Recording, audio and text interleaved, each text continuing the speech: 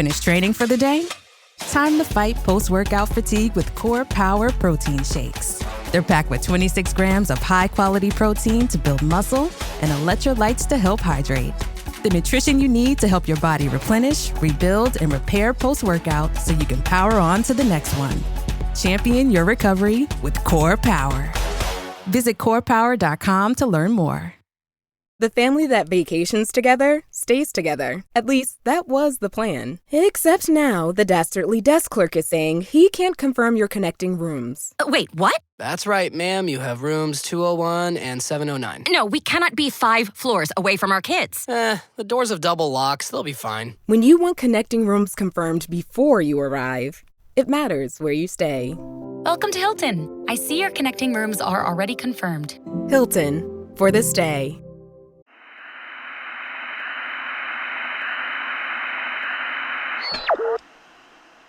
This October, the wrong station celebrates a decade of dread. You can read the show notes to discover terrible new ways to celebrate with us. Today's episode, A Small Light in the Sky, is written by Alexander Saxton and performed by Anthony Botelho. A version of this story first appeared in the anthology The Cleansing Power of Fire by Infested Publishing, and appears here with the generous permission of Infested Publishing. Find the collection at www.infestedpublishing.com.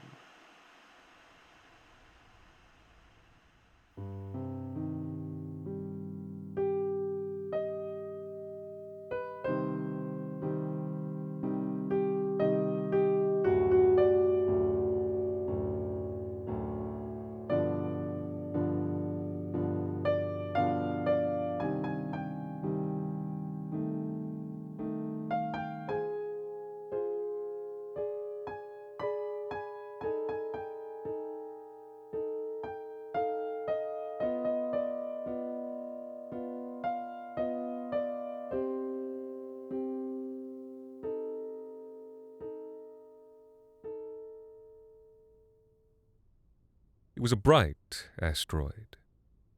At the right angle, its hunched back of crystal, platinum, and gold made it burn against the black sky like a distant sun. It stretched more than 30,000 feet across. It had been formed by a world collision 1,400 million years before. Its silent path treaded once around the sun in 60,000 years. It had worn this ecliptic 7,400 times. From the star-watching rocks in northern Ontario, still warm with the faintness of the sun, the light-haired girl saw one of the stars shiver. But she'd been crying, and she thought it was just a shiver from the tears in her eyes. She was lying on her back, with thin arms folded across her belly. The night was getting cold. They'd been tears of rage more than anything else, but there was so much to be enraged about. And now, that the anger had burned away, its residue was black and silent inside her. The asteroid turned. Its shining half faced away from the sun, and for a while the rock flew dark. Burning sunlight drained from its frozen landscape, leaving tessellations of shadow. A bare foot touched down upon the stone. A second hovered momentarily, then settled down beside it. A tall figure surveyed the black land, the frozen stone, the veins of metal fading red to leaden gray as they lost the sun's heat. He was dressed in gold brocade and strings of sapphire. His eyes were a sort of faded blue, like if the sky was painted on with old enamel. His hair and wings were gold. His skin didn't burn from the radiation. His blood didn't freeze from cold, and the liquids of his brain didn't boil in the vacuum. He was quite serene. He knelt, as he'd known they would. The palms of his long and well-made hands found a deep cranny in the stone. So many cycles of heat and cold and heat and cold, even the hardest protoplanetary rock would split. He placed his hands in this wound, thoughtfully, as if he could feel the asteroid's pain, and then slowly grounded his feet on black enstatite. He looked down, giving the great satellite a look of such gentle remorse. Then he unfolded his body. There can be no sound in endless vacuum, but a rumble of agonized rock ran up through the soles of his feet and out to the golden pinions of his wings. That groan echoed through his bones and tendons to the hammer-anvil stirrup of the inner ear. He trembled with the stone's pain. And then the asteroid broke. Like a kneecap smashed off with a sledgehammer, the crust of gold and crystal ripped away from its home of 1 billion years. The two shards of planetoid hurtled away from one another, and the great, wrenching change of speed and vector should have hurled the angel into space. But his bare feet kept steady on the rock, as if planted on the sun-warmed stones of North Ontario. Crystal, gold, and platinum shimmered free, torn loose by sudden centrifugal force. They passed from the asteroid's shadow and burst into brilliant light.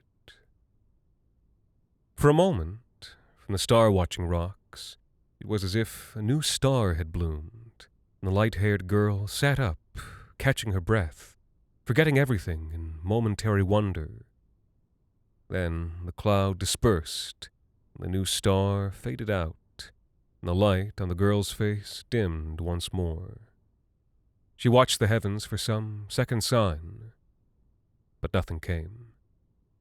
She wiped her face and let her gaze drift back down to earth, to the black trees and black water underneath her rocky tor. She shivered, and it got later than she'd realized, and colder too. When the glittering shards had evaporated into darkness behind him, the angel spread his wings and rose on the strength of a single step, coming down again where the hunched back of gold and crystal had once risen from the asteroid.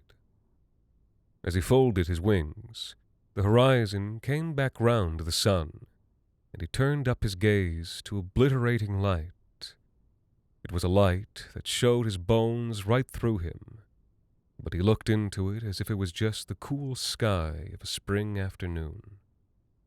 It was a hard, clean light. It burned in all directions. Once his eyes had drank their fill, he let his gaze drift down toward the slim blue planet, sapphire crescent, small enough to pinch between his thumb and finger. His face was carven, hieratic. It was a face meant for solemnity, and when it smiled, the expression bordered on obscene. But he smiled, and lowered himself to one knee, and rested his palms on the matte black stone. He closed his pale blue eyes, and felt the black asteroid tumble down its new trajectory, unseen. Far below, a girl with pale hair walked down from the star-watching rocks with hands in pockets. A cold wind was blowing on the pine boughs, and it made stars shimmer on the surface of the flat, black tarn. Her boots crunched in the gravel path. She wasn't happy now, but found herself at least at peace. One way or another, things would come out right.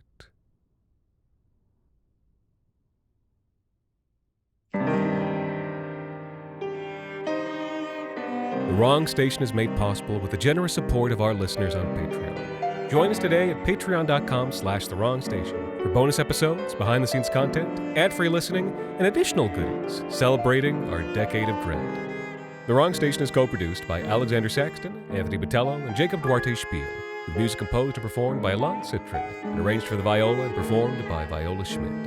You can follow us on social media at The Wrong Station, or email us at thewrongstation@gmail.com. And until next time, thank you for listening.